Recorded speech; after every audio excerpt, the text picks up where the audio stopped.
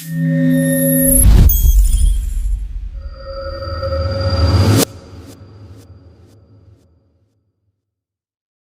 amis, voilà arrivé au Interclassique 2025 de Bruxelles. Moi, je vais commencer par manger un bout parce que j'ai grave la dalle. Et puis après, je vous fais une petite vidéo de tout ça. Regarde déjà les pépites qu'il y a ici. Ça y est, la team, j'ai mangé, je suis sérieux pour pouvoir commencer. Ici, ça m'a permis de manger face à l'Athénéum, mais j'avoue que j'ai pas souvent l'occasion de venir sur Bruxelles. Donc là, j'en ai profité, j'ai mangé la petite thaïlandaise, ça m'a fait du bien. Donc ici, on va passer aux choses sérieuses. Ok, on commence très fort. Uber est un SUV moderne et aseptisé. Ça, c'est le boss de fin de niveau, le Mercedes Classe G Cabriolet. Cette configuration châssis court, bleu nuit avec la roue de secours apparente, c'est juste un classe absolue.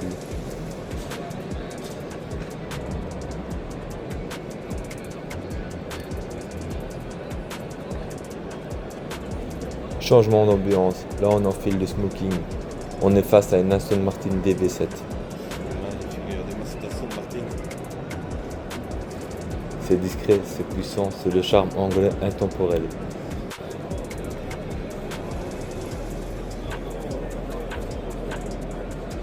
Bon là, on rentre dans le délire total. À première vue, c'est une Clio, mais si vous regardez les hanches, vous comprendrez vite que quelque chose ne tourne pas rond. Voici la Clio V6. Les ingénieurs de chez Renault ont littéralement pété un câble. Ils ont pris un gros moteur V6 et l'ont posé là juste derrière les sièges à la place des passagers.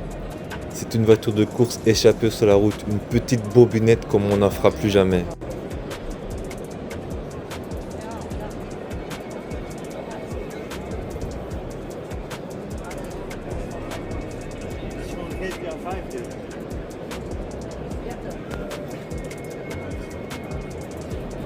Changement radical, là on oublie le confort, la clim, on est sur de la course pure et dure. Imaginez-vous assis là-dedans, ras du sol, le volant entre les genoux, un moteur qui hurle dans le dos, zéro assistance, c'est pas une voiture, c'est une machine à adrénaline.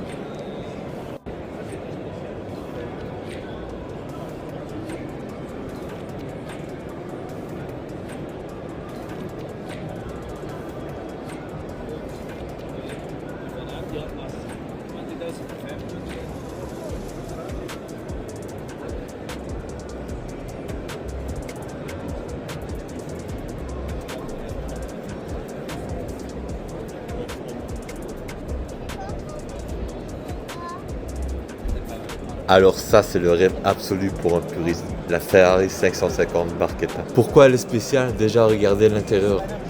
Il y a la fameuse grille métallique, le clic-clac de la boîte manuelle, un moteur V12 avant à boîte méca. Et regardez ces jantes démontables en deux parties, ces arceaux derrière les sièges. Elle est faite pour les décapoter tout le temps. C'est l'élégance italienne mélangée à un moteur V12 atmosphérique. Ok, on attaque cette séquence avec du très lourd. Celle-ci transpire la course. Ce combo blanc avec des bandes bleues est juste iconique.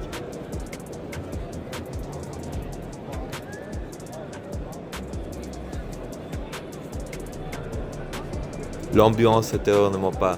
Comme c'est écrit dessus, c'est rock'n'roll, une caisse faite pour le circuit. Mais le vrai clou du spectacle, c'est cet aileron pelle à tarte à l'arrière. Et juste à côté, changement radical d'ambiance. On plonge dans les années 80 avec ce mythe, la 911 Slant Nose ou nez plat. Oubliez les phares ronds classiques de la 911. Ici, ils sont escamotables pour un profil ultra aérodynamique. Rouge avec cette intérieur beige, c'est le look Miami Vice par excellence. Regardez ces coupes sur cette 356 cabriolet. Suivi de cette beige orange bien large. Et bam, changement d'époque. La 928 GTS et son énorme bandeau rouge levé sur amiral des années 90. Mais ma préférée, c'est peut-être celle-là, la blanche, dans son jus, brute, patinée, elle a une âme incroyable. On repasse au neuf avec ce petit bonbon bleu avant de finir en feu d'artifice sur le 911. La Blue Class, la jaune qui pète. Et on termine sur cette targa verte absolument magnifique. Quel alignement! Et pour finir cette session Porsche, je vous ai gardé le meilleur pour la faire. Regardez-moi cette pureté. On est sur une 356 dans une configuration juste incroyable.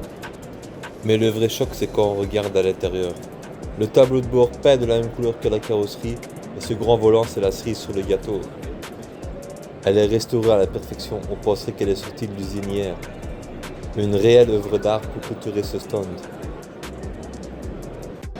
On s'arrête maintenant devant une légende absolue des années 90. Elle est brutale, regardez ce kit carrosserie avec des ailes élargies et ce badge de litre 5C soupape à l'arrière. Ça c'est le code pour dire ne jouez pas avec moi. Surnommée la Batmobile, la Mercedes 190E Evo 2.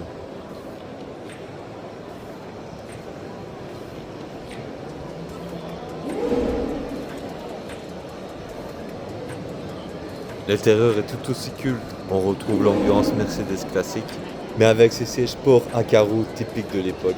C'est une berline mais conçue pour la bagarre. Et juste à côté de la version route, la véritable raison de sa colère, la version DTM de compétition. À l'extérieur, c'est agressif avec l'énorme aileron et les écrous centraux des jantes. Celle-ci porte la célèbre livrée Bleu Star. Regardez le détail sur les lavants, JV Omen. C'est la voiture du pilote allemand Jörg van Omen, une voiture de championnat.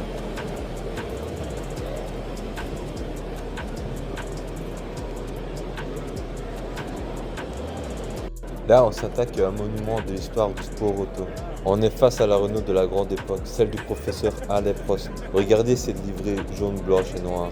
Et jetez un œil à ces jantes dorées, avec des énormes pneus slick, l'air des moteurs surpuissants et ultra violents. C'est mythique et ce gros logo turbo sur le flanc, ça nous rappelle qu'on est dans les années 80. Le détail qui tue, c'est l'intérieur, c'est brut de décoffrage. Un petit volant en alcantara, des compteurs à aiguilles et le levier de vitesse manuel. Juste ici, on tombe sur une DPP des années 90. Au premier coup d'œil, ce rouge vif et le gros logo Marlboro, ça crie Ferrari, on pense tout de suite à Schumacher. Mais regardez bien le détail sur le côté, c'est écrit Eddie Irvine. C'était son coéquipier légendaire. Et la transition est toute trouvée. Après le casque d'Irvine, voici la monoplace de son coéquipier chez Jaguar, l'Espagnol Pedro de la Rosa. On reconnaît direct cette livrée British Racing Green Metallic. C'est probablement l'une des plus belles de l'histoire de la F1. Elle porte le numéro 19. On voit encore les sponsors mythiques comme Texaco sur le nez. C'est l'ère où Ford avait racheté l'écurie pour en faire une marque premium. Elle n'a peut-être pas gagné de championnat, mais niveau look, c'est un sans faute. Et pour comprendre comment ces monstres avançaient, regardez ça, on a un moteur V10 de l'époque exposé à nu. Même si c'est un bloc asiatique, l'architecture est celle qui fait rêver tous les fans. C'est littéralement une pièce d'orfèvrerie mécanique. Imaginez juste le bruit strident que ça faisait à 18 000 tours minute. Le plus fou, c'est cette vue du dessus. Comptez-les, il y a bien 10 trompettes d'admission en alu. C'est par là que ce moteur respire. Et là, on fait un bond dans le passé. Voici la grand-mère de toutes les F1 modernes, la Talbot T26C. Une carrosserie jaune atypique, souvent en couleur des écuries belges de l'époque. Et cet immense calandre avec le badge Talbot qui impose le respect. C'était une autre époque, celle des pilotes gentlemen magnifiques.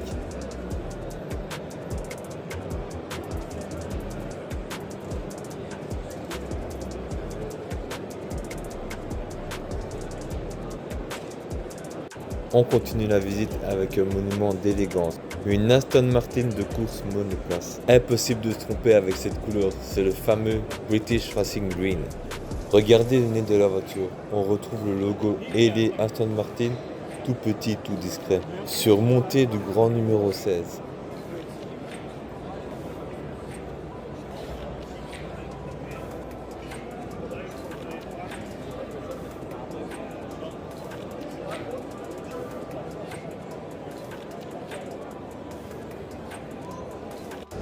On enchaîne avec une curiosité qui piège beaucoup de monde.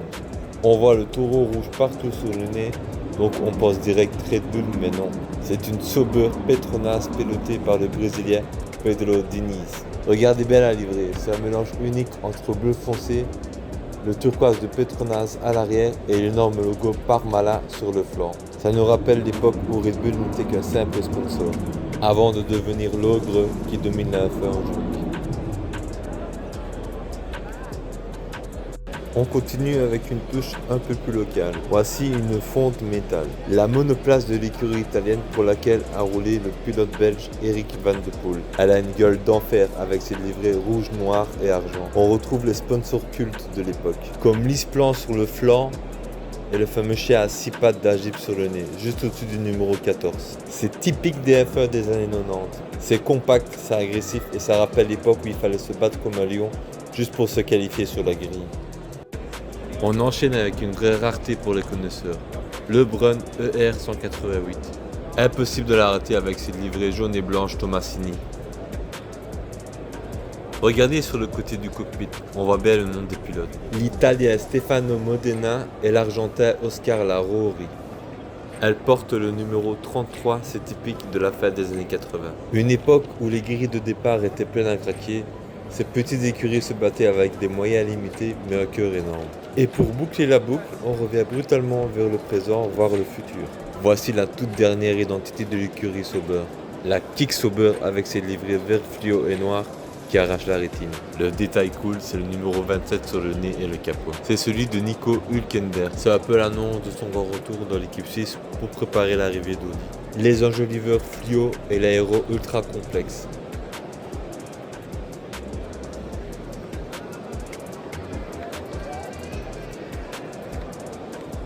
Regardez la différence de taille et de complexité avec les voitures qu'on a vues juste avant.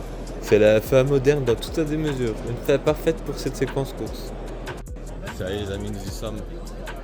La raison pour laquelle je suis venu ici, c'est ça.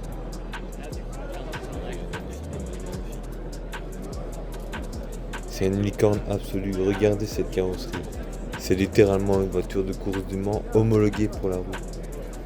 Cette prise d'air sur le toit, c'est sa signature.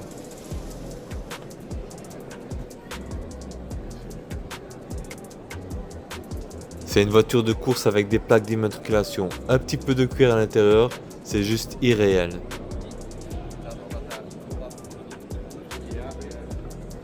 Et l'arrière est interminable avec cet aileron intégré monstrueux. Sous le capot, c'est un moteur V12 atmosphérique de plus de 600 chevaux. C'est l'époque bénie du GTA.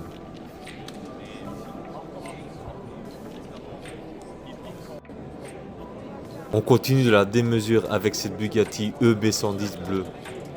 Cette supercar oubliée des années 90, celle qui a pavé la route pour la Bugatti Veyron.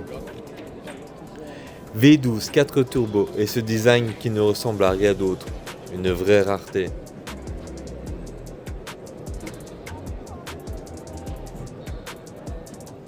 Une petite Lamborghini Countach Junior. Mais bon, rien ne vaut l'original pour finir. Ce profil en coin, les lignes tranchantes, c'est la définition même de la supercar. Le poster qu'on a tous eu dans notre chambre. Merci à tous d'avoir suivi la visite. Dites-moi en commentaire quelle voiture ou quelle séquence vous a le plus marqué. Si vous voulez voir plus de contenu comme ça, vous connaissez la chanson, le petit like qui fait du bien et le bouton s'abonner pour jouer à de l'aventure.